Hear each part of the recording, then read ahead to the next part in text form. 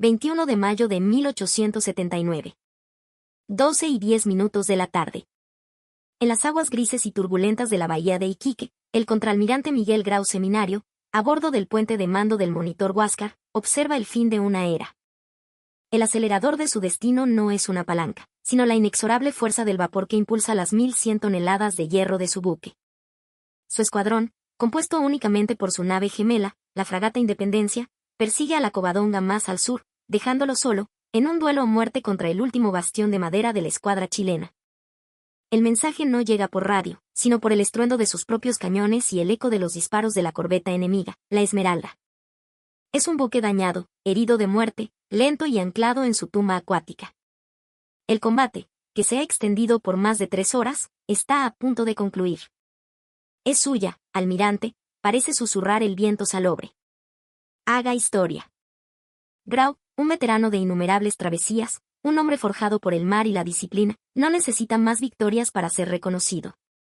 Pero la patria exige el fin de la amenaza, la rendición del enemigo. Gira el timón, y el Huáscar, una bestia de hierro de la era industrial, se alinea con su presa.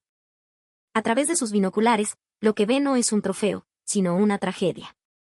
La corbeta Esmeralda, un elegante pero obsoleto buque de madera, es un espectro flotante. Sus mástiles están astillados, las velas y jarcias cuelgan como jirones de un fantasma, y columnas de humo negro y espeso se elevan desde múltiples incendios en su cubierta. Es un blanco inmóvil, una victoria escrita en el guión de la guerra. Grau observa cómo su tripulación, con una eficiencia letal, gira la formidable torre de Coles. El mecanismo, una maravilla de la ingeniería británica, mueve los 2 cañones Armstrong de 300 libras con una lentitud ominosa, como un depredador que saborea el momento final. Comprueba la munición. Aún queda pólvora, aún quedan proyectiles capaces de convertir la madera en un infierno de astillas. Se acerca, acortando la distancia desde el punto ciego de la corbeta, si es que a un buque moribundo le queda algún punto ciego. Pero a medida que la distancia se reduce a menos de 200 metros, algo lo hace dudar. El casco de la Esmeralda está acribillado. Boquetes del tamaño de un hombre revelan el caos en su interior. Los cañones de babor, aquellos que aún no han sido desmontados por el fuego peruano, cuelgan en ángulos antinaturales, silenciados para siempre. Se acerca más. 100 metros. 50 metros. Tan cerca que puede ver los rostros de los hombres en la cubierta a través del humo y la carnicería. Y lo que ve lo paraliza. Un artillero yace desplomado sobre su cureña, inmóvil, la vida arrebatada en un instante de hierro y fuego.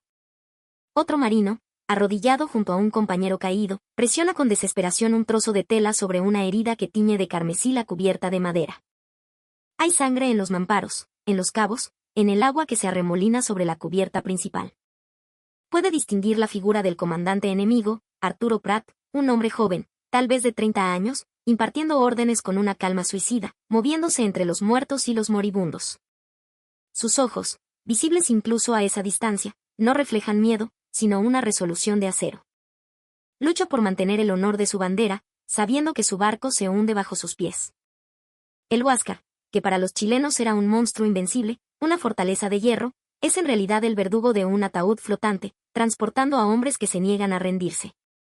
La Esmeralda no puede defenderse, no puede escapar, no puede luchar más.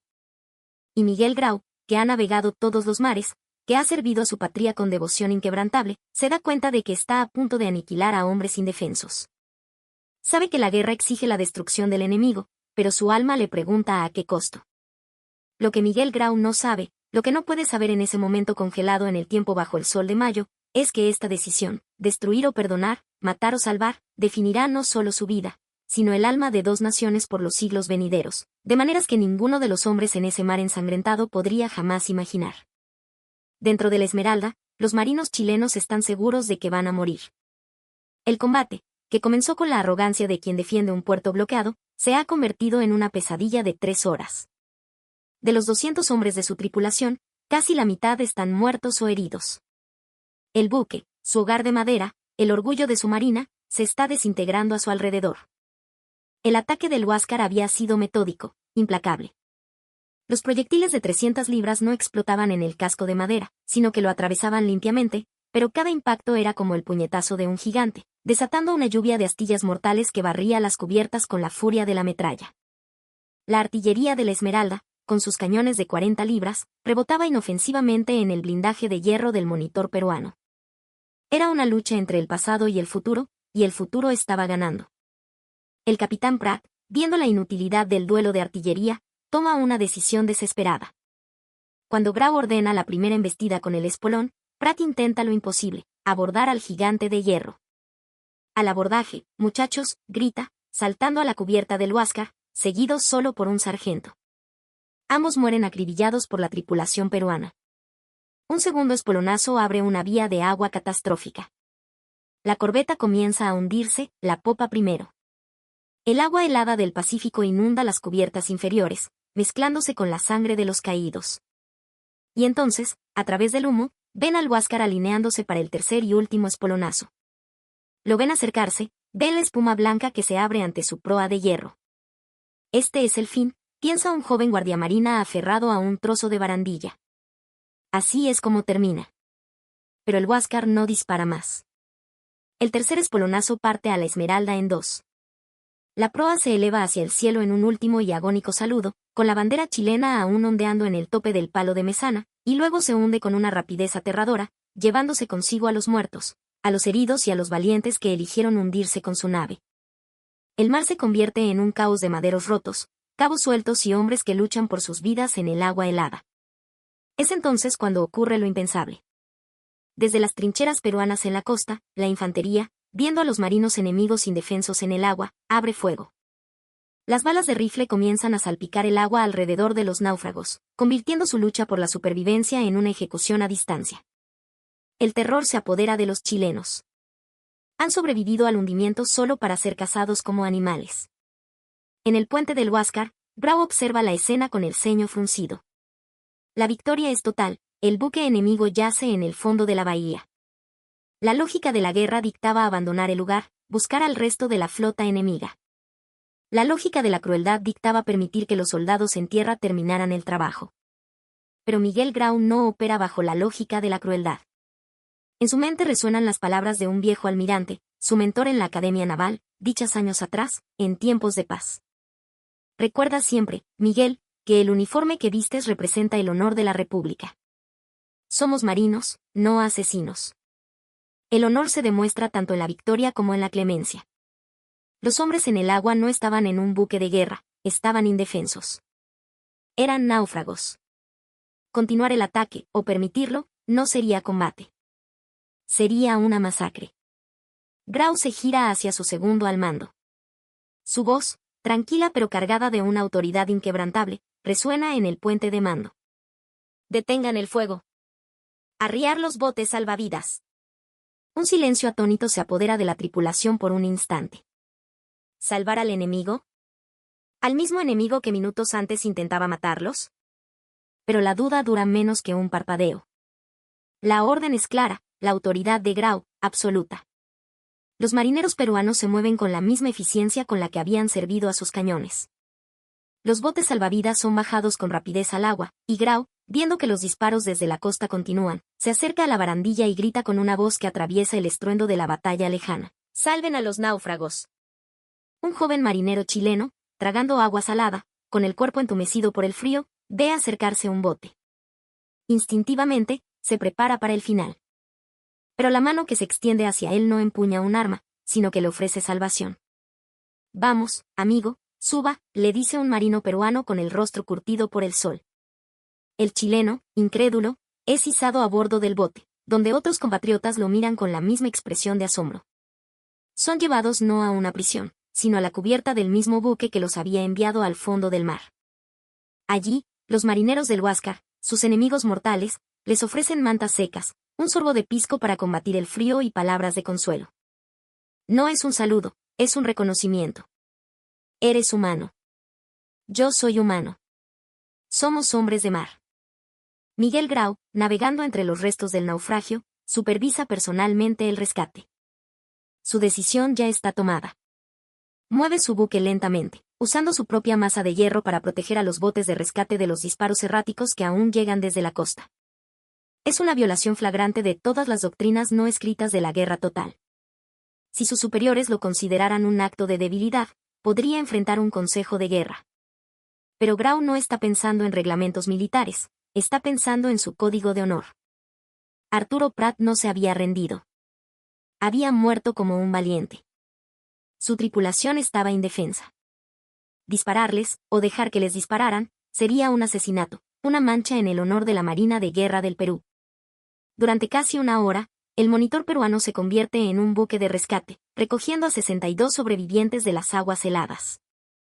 Cuando el último náufrago está a salvo, Grau observa por última vez el lugar donde se hundió la Esmeralda, un remolino de escombros que marca la tumba de más de 100 marinos chilenos. Siente el peso de la victoria, pero también el dolor de la pérdida.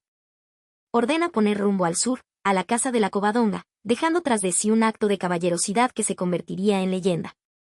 Los sobrevivientes chilenos son tratados no como prisioneros, sino como huéspedes. Se les asigna un espacio en el entrepuente, se les da de comer y sus heridas son atendidas por el cirujano del Huáscar. El asombro inicial da paso a un profundo y silencioso respeto por el comandante del buque enemigo. Cuando el Huáscar regresa al puerto de Iquique esa tarde, después de perseguir sin éxito a la Covadonga, los prisioneros son desembarcados y entregados a las autoridades en tierra. Su guerra ha terminado. En su camarote, esa noche, Miguel Grau no redacta un parte de guerra jactancioso. Simplemente registra los hechos, el combate, el hundimiento de la Esmeralda y el rescate de los sobrevivientes. Nunca menciona el incidente como un acto heroico. Hacerlo sería vanagloriarse de haber cumplido con su deber como ser humano. Sus superiores, al leer el informe, comprenden la magnitud de su carácter, pero no hacen preguntas. Grau no ha ganado una medalla ese día, ha forjado un legado. Durante 46 años, en la historia original, 2 pilotos enemigos vivieron sin saber del otro. Aquí, el acto de reconciliación no esperó décadas. Sucedió casi de inmediato, y no fue un encuentro cara a cara, sino un acto de una nobleza aún más profunda. Días después del combate, Grau se enteró de que entre los objetos recuperados de los oficiales chilenos se encontraban la espada de Arturo Prat, su diario y una carta inconclusa para su esposa, Carmela Carvajal. El 2 de junio de 1879, en la quietud de su camarote, a la luz de un candil, Miguel Grau tomó pluma y papel. No le escribió a un gobierno ni a un almirantazgo. Le escribió a la viuda de su enemigo. La carta que redactó es uno de los documentos más conmovedores de la historia naval. Comenzó con una expresión de profundo pesar. Tengo el penoso deber de participarle el sensible e infausto acontecimiento que tuvo lugar en el combate naval de Iquique. Continuó elogiando el valor de su difunto esposo, su digno y valeroso esposo, que fue víctima de su temerario arrojo en defensa y gloria de la bandera de su patria. Fue, en el fragor del combate, el hombre a quien yo habría deseado salvar. Grau le aseguró que el cuerpo de Prat había sido enterrado con los honores de un oficial y le devolvió sus posesiones más preciadas, la espada, el uniforme, las medallas y la carta de amor que nunca pudo terminar. Concluía la misiva con una frase que trascendía la guerra misma. Al deplorar tan infausto suceso y acompañarla en su duelo, cumplo con el penoso y triste deber que me impone la ley de la guerra. Esta carta, este gesto de devolver la espada a la viuda del adversario caído, se convirtió en el acto que definió a Miguel Grau para la posteridad. No fue un encuentro en un aeropuerto, sino una comunicación de alma a alma, un puente de humanidad tendido sobre un abismo de odio y conflicto. La respuesta de Carmela Carvajal fue igualmente noble, agradeciéndole a Grau su hidalgo y generoso proceder y deseando que un día Perú y Chile pudieran volver a ser naciones amigas. La historia no termina ahí. En 1986, en la otra historia, un piloto buscó a otro. En nuestra historia, el legado de Grau creció con cada año que pasaba. En 2008, un libro documentó aquel encuentro aéreo. El acto de Grau fue documentado en los corazones de 2 pueblos desde 1879. Lo que Miguel Grau Seminario demostró en la bahía de Iquique trasciende la propaganda de guerra y el nacionalismo exacerbado. Demuestra que incluso en el epicentro de un conflicto brutal, donde miles mueren, donde el odio es la moneda corriente, la elección individual todavía importa. Un comandante puede elegir aniquilar o salvar. Un ser humano puede reconocer a otro ser humano. El honor puede existir incluso en las circunstancias que parecen diseñadas para eliminar toda posibilidad de honor. Un análisis de las guerras navales del siglo XIX revela cuán rara fue la elección de Grau. En una era donde el vae victis, ay de los vencidos, era la norma, detenerse a rescatar a un enemigo que se ahogaba era casi inaudito. La presión para ser implacable era inmensa. Órdenes militares, fervor patriótico, el contexto de una guerra fratricida. la decisión de Grau no fue fácil, fue profundamente contracultural para su tiempo. Podría haber sido interpretado como debilidad. Su silencio sobre la nobleza de su propio acto sugiere que entendía que la acción debía hablar por sí misma, sin necesidad de justificación. Lo que hace notable a Grau no es que fuera un pacifista. Era un marino de guerra profesional que había servido a su país con una habilidad y una valentía legendarias. Pero cuando se enfrentó a la elección entre seguir el impulso de la guerra, aniquilar a un enemigo indefenso, y seguir su código de honor, no asesinar, eligió el honor. Los sobrevivientes chilenos, por su parte, pasaron décadas procesando lo que ese gesto significó. En sus testimonios posteriores, muchos hablaron de Grau no como un enemigo, sino con un respeto casi reverencial.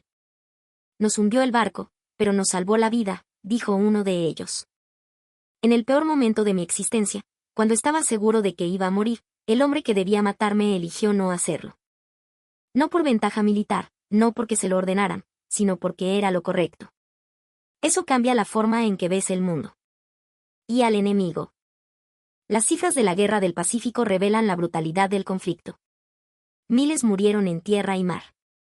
Pero virtualmente ningún otro comandante enemigo recibió el título de Caballero de los Mares por parte de sus propios adversarios.